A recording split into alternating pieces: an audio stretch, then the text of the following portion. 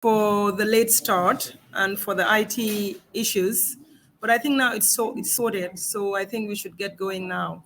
So I'm not sure how much was heard from what I said, but in summary, what I was saying was that health. We are all stakeholders in health. You can go abroad for elective case, interventions. You can go for outpatient care, but when time is racing against one, in other words, in an emergency, you have to take what you have, and that's your health system. And so we are all stakeholders in making our own efforts, putting all hands on deck to make sure we have a health care that we are comfortable with, that is going to make us proud when we are in a situation that we need to use it. So once again, welcome on board to this session. Thank you to the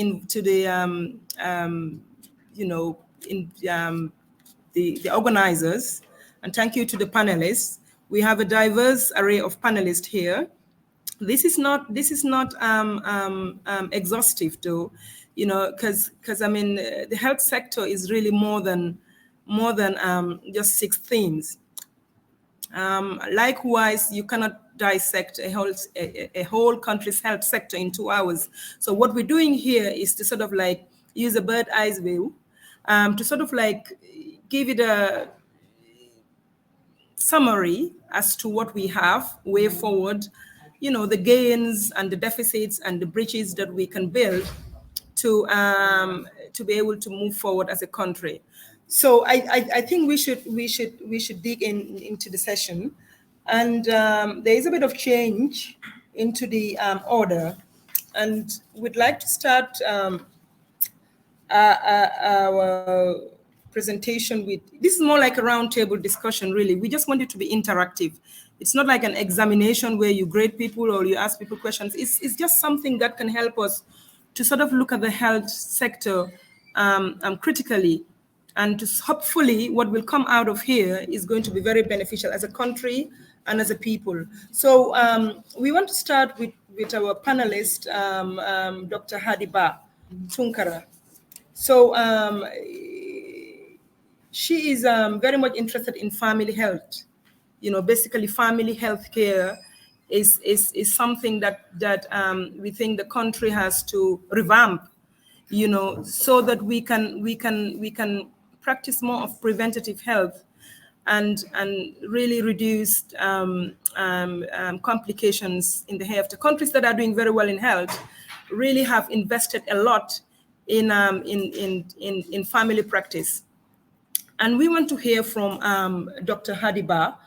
I think she'll take us through as to the sort of healthcare status that we have in the country when it comes to family health care, and to sort of like give us a summary as to how that fits in with the sort of model that we have in the Gambia. Dr. Ba, the floor is yours, briefly, because I mean you only have 5 minutes. Yeah, thank you.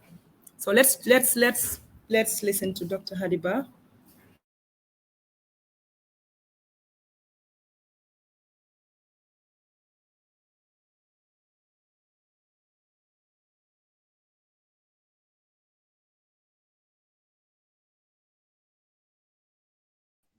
Are you getting me? Hello, good afternoon. I want to seize this opportunity to thank the organizers, because I think this is very timely. Discussion around the healthcare system of the Gambia is really timely. And if you invite me to talk about family health, if you invite me to talk about family health in the Gambia, really, I'll be happy to talk about it. But to start with, it is important for us to look at why family health. Basically, looking at the definition, what a family is. The family is the biophysical cell of a society.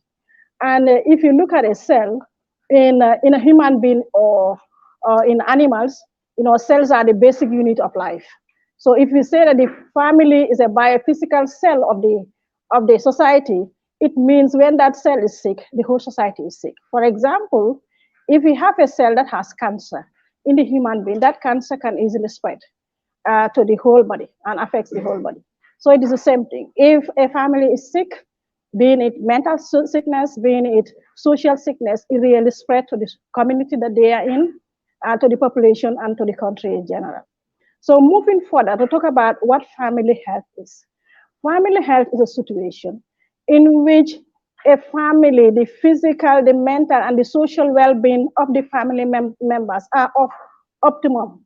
And not only that, the interaction between the family members and the greater society should be of a very good thing that improves or that contributes towards the development of a country. And to talk about what is the status of family health in the Gambia. Family health is basically the main aim is health promotion, disease prevention, and early detection of conditions and management. And in this type of care services, the client or the center of focus is the family. And if you look at the Gambian situation, the model that we use is the primary healthcare models, and it is in three tiers. We have the tertiary, which is at the hospital level. Then you have the basic, this health center level, and the primary healthcare level, which is at the village or the community level. And at the community level, what happens? There is where we expect the interventions of the family, where we meet the needs of a family. But if you look at the Gambian situation, even though we are following that model, but there are a lot of gaps in that area. Because if you look at who are the providers, you talk about the village health service, and these include the village health workers, the traditional birth attendant, now commonly known as the birth companions, and the community health nurses. So these people are trained to work closely with families to identify their needs and provide primary healthcare services under the care or the supervision of community health nurses. But most of these services in many of these primary health care villages are not functioning well. Either they don't have the resources or the training is not forthcoming. And even look at even the supervisors, the community health nurses down there, what is happening, you will see that they don't have a career path. What we mean in that is that if you want to move in your career as a community health nurse, you must come back and be trained at the School of Nursing as a clinical nurse. So it means most of our well-experienced community healthcare providers, family healthcare providers are being diverted or converted to clinical nurse practitioners. So that is the status that we are seeing in the Gambian situation. Thank you very much. Thank you very much, Dr. Karaba, for that. So, would you say there is I mean, what do we have to do to bring up, introduce? Because I don't think we do really have preventative medicine going on in the, per se, we just have fragments, bits and pieces. And I'm also concerned about as to what's happening in the rural area, So how do you think we can sort of navigate through that to sort of introduce a system of community health care up country? Because I know in Sierra Leone, where I've worked, they've got these mobile clinics that really goes back and forth, mostly in the rural areas. In your opinion, do you think that would also work in the Gambia? Yes, it can work.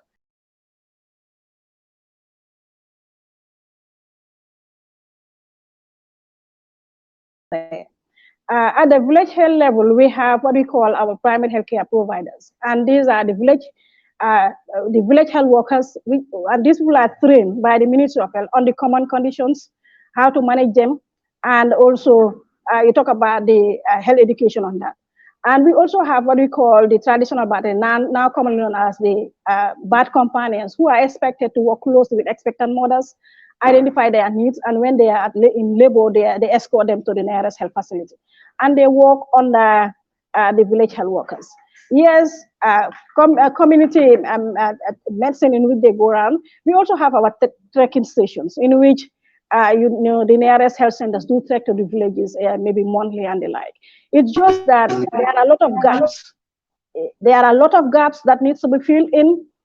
You talk about the continuous training of these village healthcare providers, and also to ensure that we have a career path for the community health nurses, not to convert them. They need to be trained at a higher level, because at village level, they are expected to diagnose, to assess, diagnose healthcare problems. And these people should be highly skilled, highly trained nurses.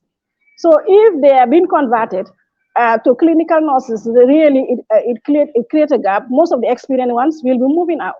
And these are the factors I think really we need to work on them in order to improve our health services at the community level, and also if we are to meet the healthcare needs of our various families.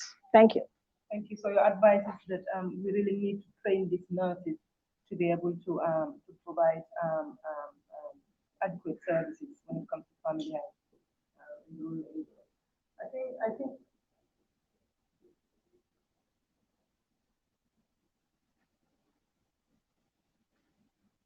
Right. So thank you very much. Right. So thank you very much for that. So we'll go now. We now go on to the next question, because we've already run out of time. As far as we just want to starting is concerned. So we just want to extend basically. So if you can just go on to explain to us, or just give us an overview as to how a family-centered healthcare model would help to promote disease prevention, especially when it includes, partner violence and child abuse prevention and promotion of reproductive health for all in the Gambia. Thank you very much. As I've already mentioned from the beginning, that family-centered care is a care in which the family is the target, is the client, and it should be integrated in all level of the healthcare system. You start from the village level, which I've already mentioned about the healthcare providers at the village level, then the basic, and then you go to the tertiary. All these healthcare systems, there should be a linkage. There should be a linkage between the three tiers. There should be smooth communication. So at the family healthcare level, and the focus is all about health promotion. And what happens there? The village health workers are the community health nurses, and in a very well-organized family healthcare system, you also have the social workers with them. Also, you have the community physicians or the primary healthcare physicians at the community level. And these people, they provide services. The services include, it could include health clinics.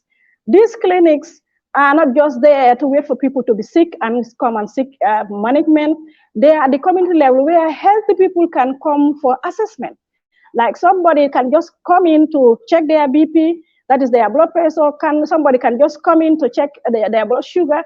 And this can be very helpful, because the non-communicable chronic conditions are becoming a problem: hypertension, diabetes. So if those people are at the doorstep of at the community level, it can really help. And in family healthcare, we also have what we call home visiting. And in the home visiting, the healthcare providers do visit people at home, especially when there's a need. And during this home visit, the healthcare provider who's well trained on family issues can easily detect problems, like if there's a risk for violence and the like. For example, let us just say that you are in the clinic and a child is brought in with burns. If it is a well-integrated, family-centered healthcare system, the focus will not be only on burns. The healthcare provider will also try to find out what are the risk factors, what is the family characteristics, what are the things in the family that predispose that child to burn. Is it a child abuse case and the like? We will not only center or look at the burn itself. So in that case, you will see that a thorough assessment of the family is done to identify what are these risk factors to prevent reoccurrence. So, but if you just treat a child with burn and it is a case of child abuse which you did not detect at the beginning, then there is a possibility of it reoccurring again. And not only that, in family-centered care, we believe that the family can be a cause of the problem, or can be a contributing factor to the problem, or is affected by the problem. So the family is very integral in family-centered care. And in that intervention, we also focus in various aspects. It includes reproductive health, it includes child health, and the like. It also includes care of the elderly, adolescent health, social issues occurring in the family. It also look at mental health in the family situations. So if all those things are put together, and the healthcare providers at the community level, including the community health nurse, the village health workers, including if we can we talk about primary healthcare physicians and the social workers. These issues can be easily picked up at the village level, and appropriate interventions can be taken before it leads to complications and the like. Thank you very much for that. I think you dug very well into it. But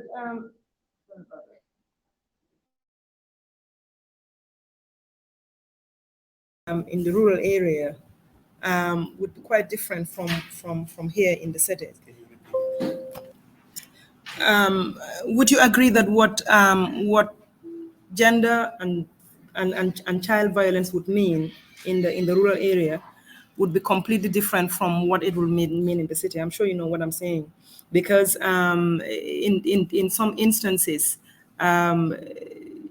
it will be seen as certain things can be seen in the urban area as sexual violence, but in the rural area it will be seen as normal or as a right.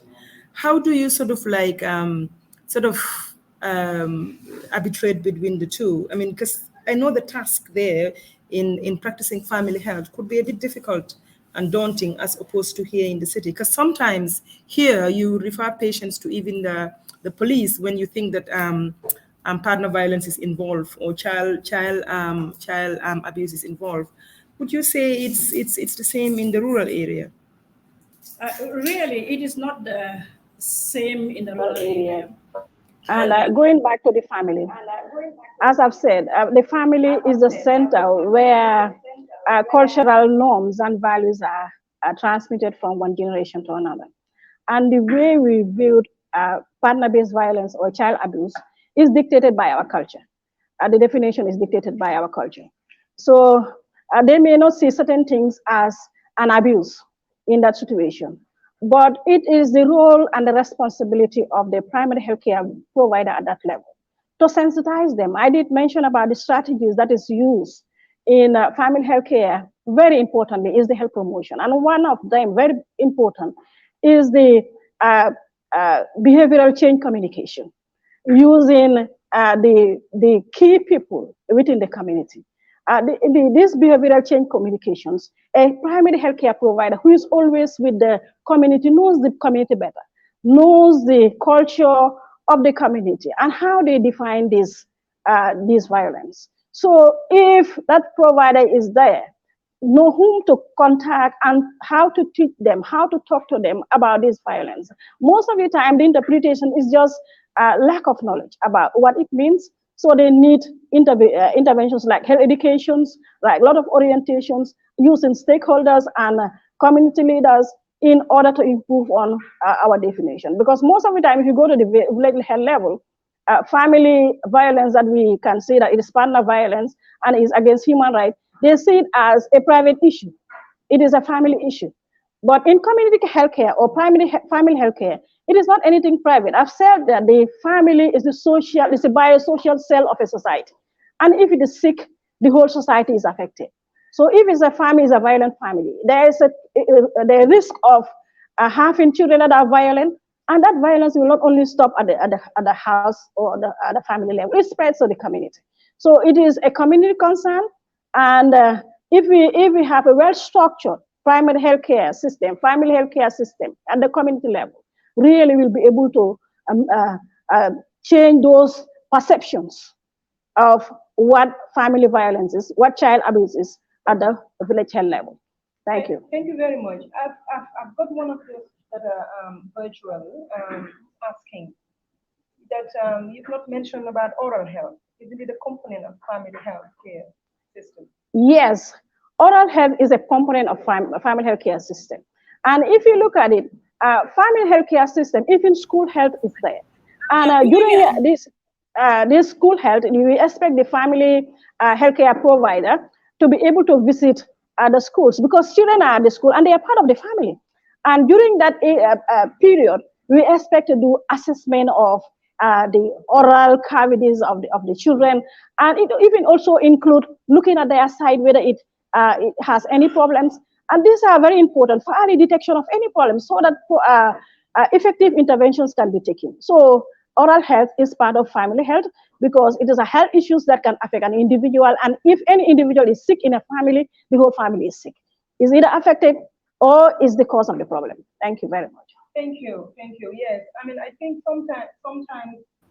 sometimes oral hygiene is forgotten, and it shouldn't be because it's a very important factor in family health. Thank you very much for that. Thank you very much, Dr. Akindayo, for that question.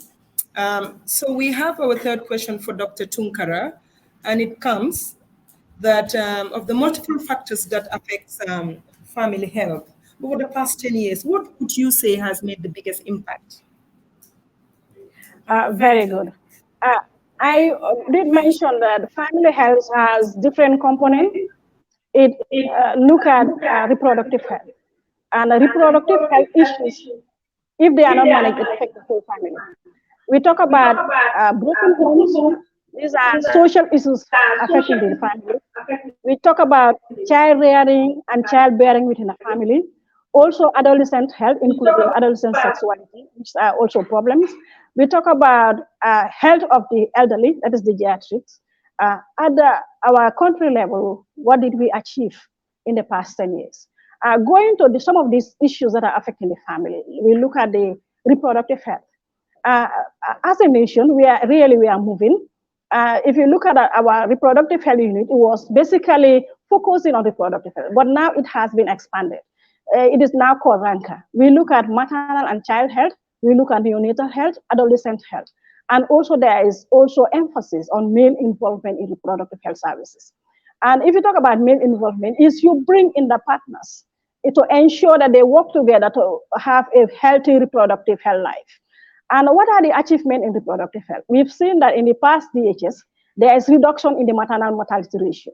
It is now 289 per 100,000 live births compared to what was happening, what we had in 2013 DHS. And the 2013 DHS, it was 344 per 100,000 live births. Despite now in the internet, you'll see that every day you hear somebody died during labor or delivery. But I can tell you that really the indication is showing us that there is reduction in maternal mortality. Maybe it's just because of the awareness is increasing, but not the incidence is increasing. And if you look at the total fertility rate has also gone down according to our current DHS result, that is the 2020 result. We had now it is this thing is for children. The average is 4. So it means at the reproductive age, the average now is 4, which was 6. And if you look at it, access to antenatal care, almost all of them are really attending antenatal care. We talk about it is 98% according to DHS. But where are the problems? You talk about male involvement. Yes, it has been said and it has been talked about, but there are very few health facilities that are practicing. I can tell you that the one that is actively working on this male involvement in reproductive health care is more of Bundung Maternal Child Health Facility that has a very organized one, but the others are not that much into it. And I can tell you that in the Gambia is a male-led society. It's a male-led society in which most of the decisions are made by men.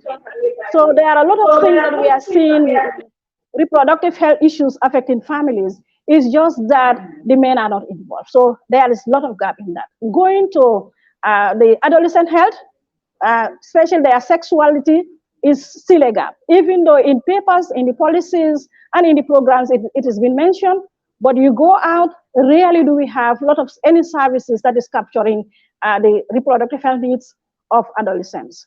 And you move to the child healthcare clinics, the child welfare, which is also part of the family. We're doing well. The immunization is also good, but still the mortality rates, that is the child mortality rate, we've seen that it has increased in all indicators. If you compare the result of the DHS 2013 and the 2020. So there is gap in those areas that we really need to work on. And moving forward to talk about care of the elderly at a family level. Now we are talking about chronic conditions, especially diabetes, hypertension, which is happening and the elderly people are at risk.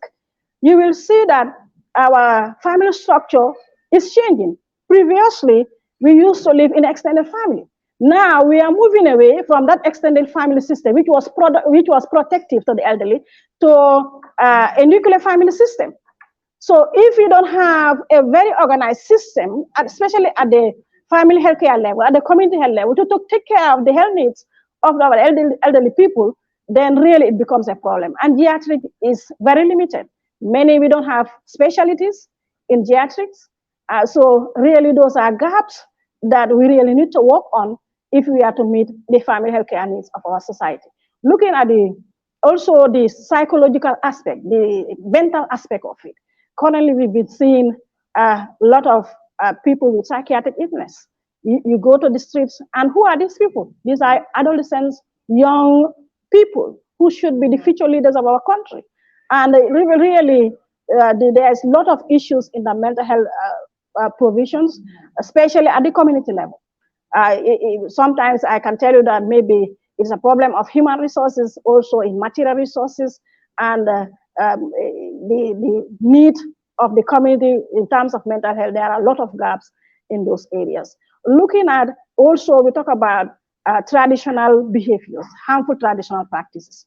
These also affect family health. This includes, we talk about child marriage. We also talk about female genital mutilation. Despite the fact that female genital mutilation has been banned and there's a law against it, but the data is showing us that nothing much has been achieved. If you look at the result of the DHS 2013, it was 75%. And the current DHS is 73%, only 2% down, despite the fact that the law is there banning it and people are still practicing it.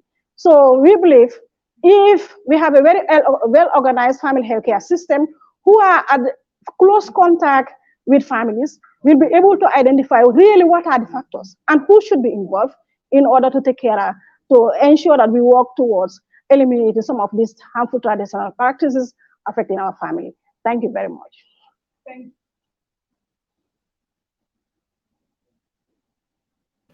Thank you very much, Dr. Ba. Thank you very much, Dr. Ba, Dr. Tunkara Ba. That was very comprehensive.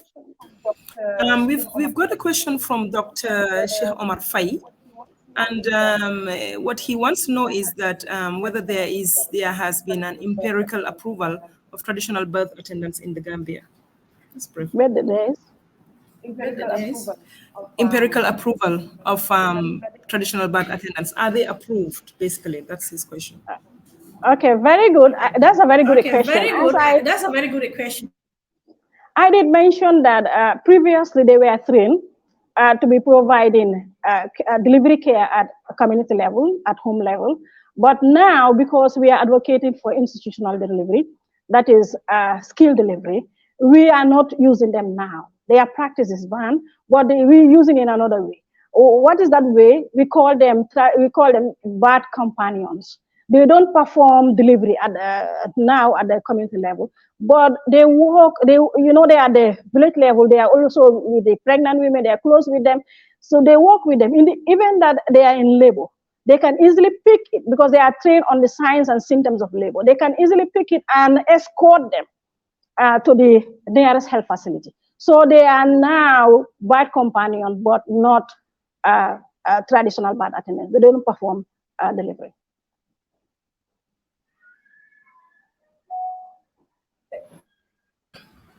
Thank you very much, Dr. Ba, Dr. Kunkaraba. I think that was quite enlightening. I was actually quite pleased when you talk about the fact that we now have men accompanying their wives to seek medical advice, because some years ago it's been very challenging to get men to really come and join their partners. So so so I think that is something that we've actually gained over the past few years, and we'll have to consolidate it and continue with that. So thank you very much, Dr. Tunkaraba. We really appreciate this. So can we give a round of applause, please? So we now move on to our next theme. I'm sure male panelists would not accuse me of being gender biased, but I'm going on to Dr. Dado. No, Dr. Keba Bojang, actually, let me go back to Dr. Hadi Batunkara. Would you like to ask her a question, or would you want to leave it until the end? What do you prefer? Sure, that's fine. We'll now move on to Dr. Dado Jabi.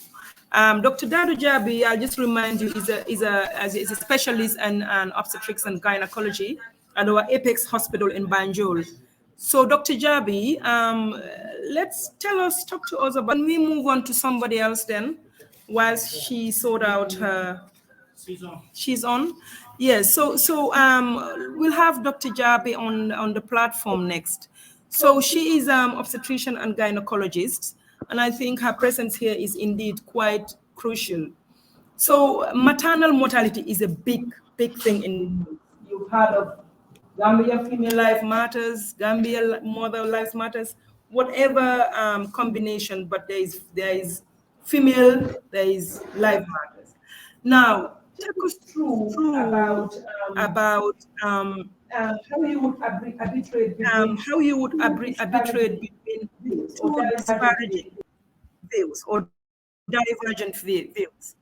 Now, in the public out there is a lot of disapproval when it comes to rating the health sector as far as maternal mortality is concerned. Now, of course, the official view is that a lot of improvements have been registered, and the trend is quite favorable. Now, these are two major divergent views. You being on the ground and a big stakeholder in that you've seen a lot of these maternal mortalities, take us through. I mean, you've got 5 minutes. I know it's a quite Herculean task because maternal mortality really is a big thing. It is really big, and everybody wants to hear what you have to say, because it is big. It is big in the news. You know, I know there are lots of factors, but postpartum hemorrhage, it has been one of the main factors. If you can just use that when you explain to highlight issues and factors, and then you link it to the questions that I ask you. I mean, how would you arbitrate between these two views? The public views being very unfavorable when it comes to the health system's management of maternal mortality, as versus the official view that comes out that hey, look, you know, this is good. We cannot complain. Thank you, the organizer, for organizing this very important seminar. So when we talk about maternal mortality, first we need to understand that maternal mortality is multifactorial, is everybody's business, and then as caregivers, each life matters to us as well. Then first we need to look at what are the causes of maternal mortality really. First we need to look at what lead to this deaths. Okay, we talk about the 3 delays that occur in maternal mortality. First, it has to do with our society, how we are like. And mostly, it's not these women that make the decision. It's other people that make the decision for them. It's either the husband, the mother-in-law, the father-in-law, or sometimes it's not even the husband. is the eldest person in the society or in the family that will make the decision that this person needs to go to the hospital. And then if the decision is already made, the woman might not even know that this is a complication that she's having, that she needs to go to the hospital when she sees certain things. Let's talk about bleeding that you're talking about, like an hemorrhage. That if a woman sees blood in other society, they will think that the pregnancy is reducing. And then they might not go ahead to seek the needed help that they need to look for. And then when they get past the delay of decision making, and then the woman knowing that she needs to go to the hospital, then came the issue of delaying to get to the hospital. Either transportation, we know our society, and then we know our road networks. It's usually very difficult to get to most facilities. And then mostly, if you are lucky, you are in the urban area, you might rush out and get a taxi to get you to the hospital. But if you are in a rural area, then it becomes very challenging, especially when we talk about our peak season, which is rainy season. And then the road networks are very bad.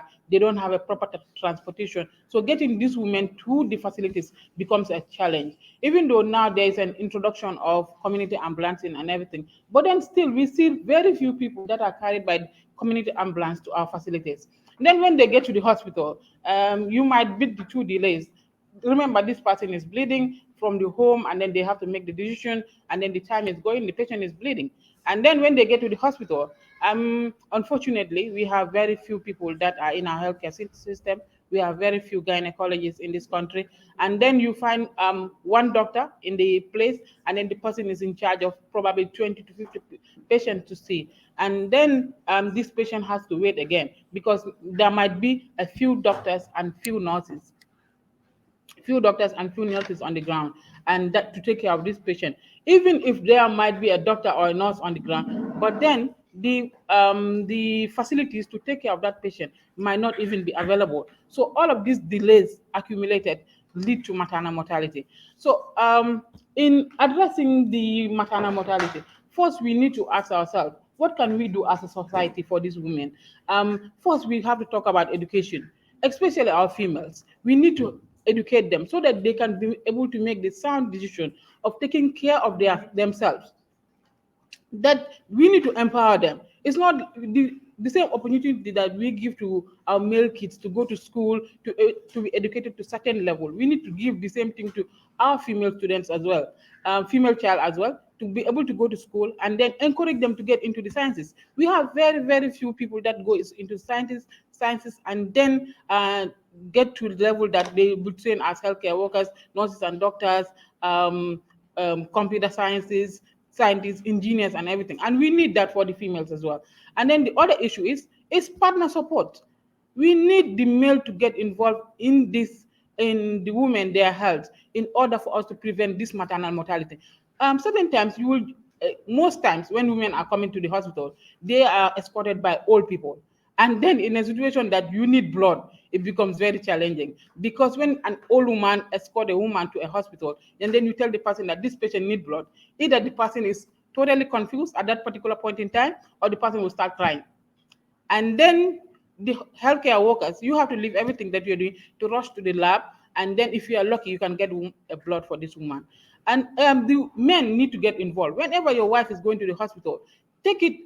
Labor is not a woman business, because I know that our old women usually tell men that labor is a woman business, so you don't have any business going to the hospital. It is not. This is your wife and this is your child, and you need to be there. That way, when we need blood, you can rush and get us that kind of blood, and then you'll be able to facilitate transportation to get more people to donate this women. They need more blood. The other issue is we need to empower women, and then our antenatal is very important. Early booking is key in our in preventing maternal mortality. Most women will want to hide their pregnancy until they are at a certain level to come to the hospital for their booking. It should not be like that. Once you realize that you are pregnant, the first thing you need to do is go to the hospital to book. Talking about the divergent view between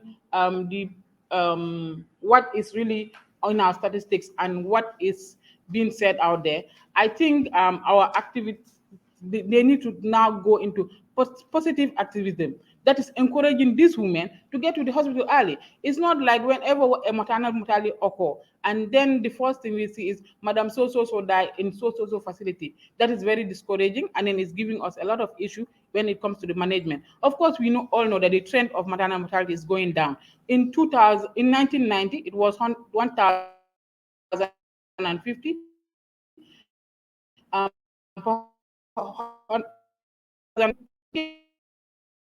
life back. And in the recent survey that they did, it is at 289. So the figures are really encouraging. Of course, every single life matter, that we must emphasize, that we don't want a single woman to die from giving birth to another life.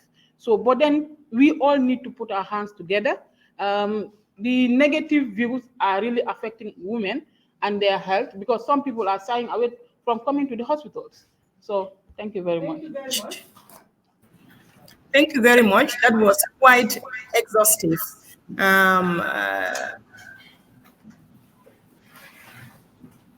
Thank you very much, Dr. Dado Jabi.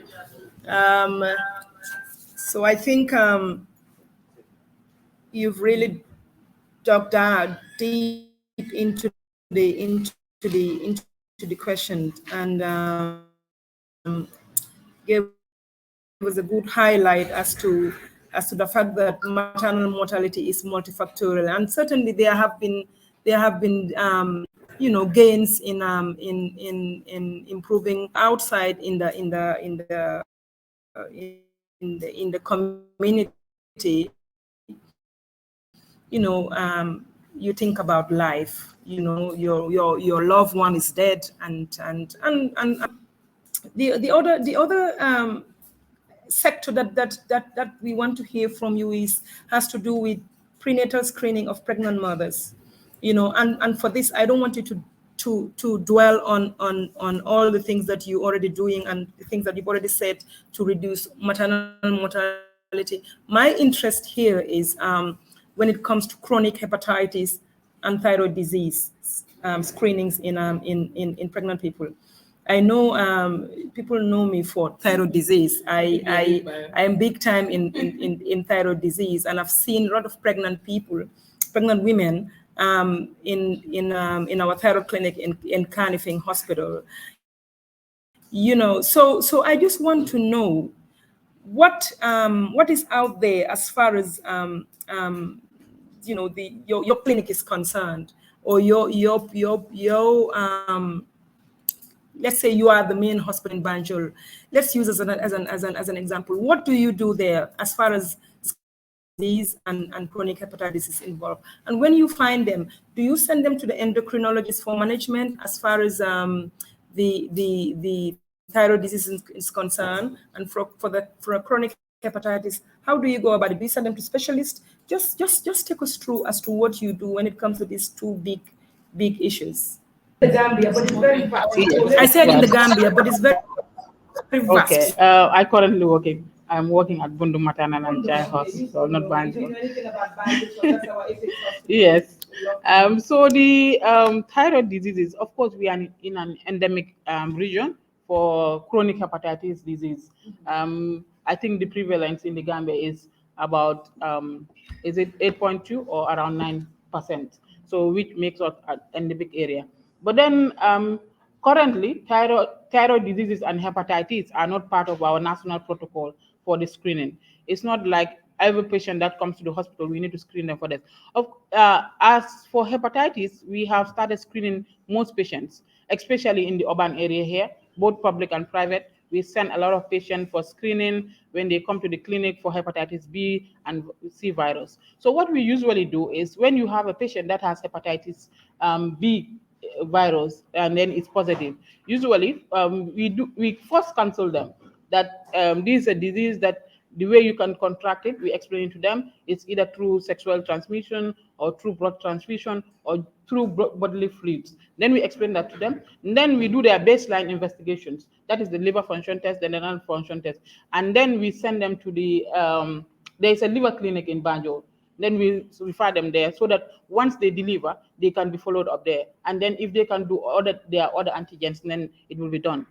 For thyroid disease, as hepatitis is not in the national protocol for routine screening. It's only you find when the patient had a history of having a thyroid disease previously, or you have a symptom that might point to a thyroid disease, or this patient, when they probably they're having a recurrent miscarriage in their previous pregnancies, and then you decide to investigate them for these conditions. When that happens, we send them to the endocrinologist, and then they put them on the appropriate medication. Then we continue their antenatal, and then we manage them with the endocrinologist until they deliver. Then the endocrinologist take over their management.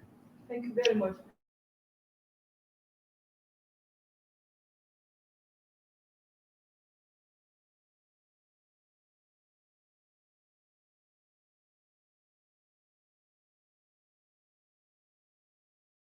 I mean, there's only one paper that from Gambia.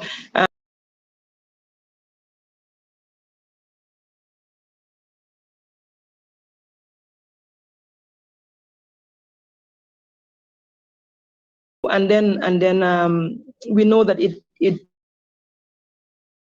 the 36 years was the mean age, and this we know it's in the reproductive range.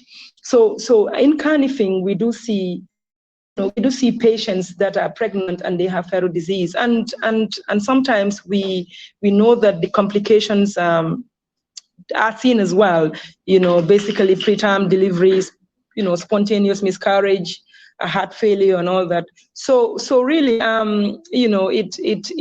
thought, this is a good question to bring up so that we really pay attention to it, because we've seen patients that are habitually sort of like miscarrying, especially from the rural area, and they come and they will tell you, this is, I was, it's witchcraft, or my co-wife did something to me. But no, in fact, when you see them, some of them, they've got Graves' disease, and you see their eyes bulging out, and with all signs and symptoms of thyrotoxicosis.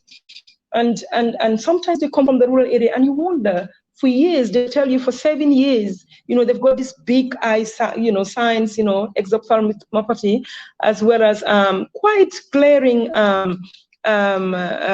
manifestations of hyperthyroidism. And you would wonder, well, how could this person conceive? Or even if the person conceives, how could he carry the pregnancy? And when they are treated over the years, we've had a lot of positive gains in carnifing. Eventually they get and they're able to conceive, and eventually they carry through pregnancies. So I thought I should highlight that.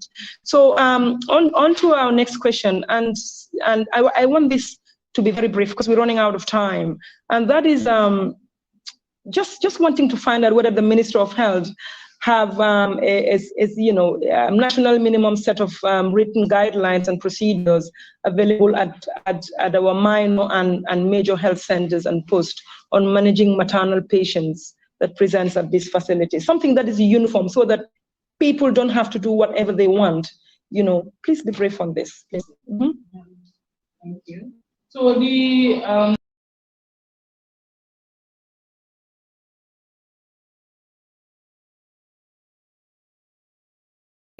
that the investigation that's supposed to be done for managing this patient until they deliver, the number of visits that they need to have, and then the minimum number of visits are usually reported. Okay, the other protocol that we have is the protocol, especially for my health center and in the main center.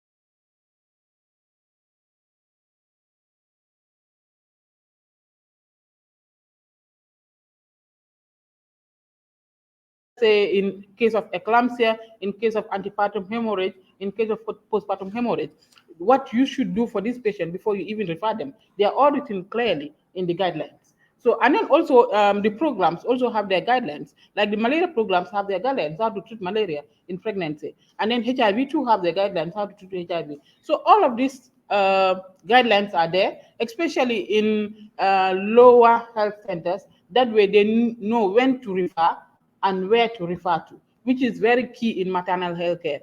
Early referral actually saves lives. So I think I'll stop there because we're close to return. Thank you very much.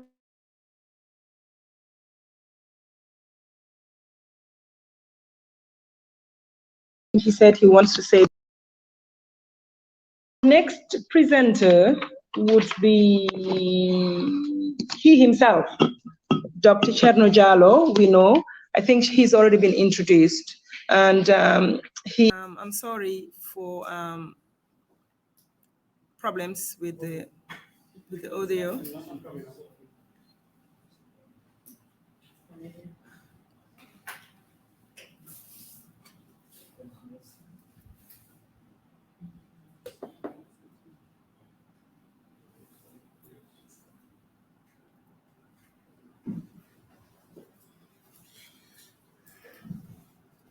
You can hear now, but it's echoing.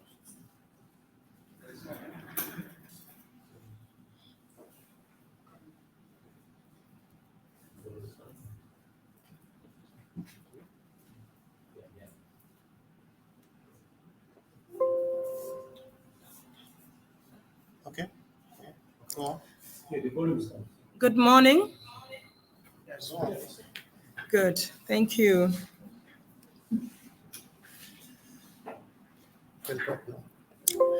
Once again, we're sorry.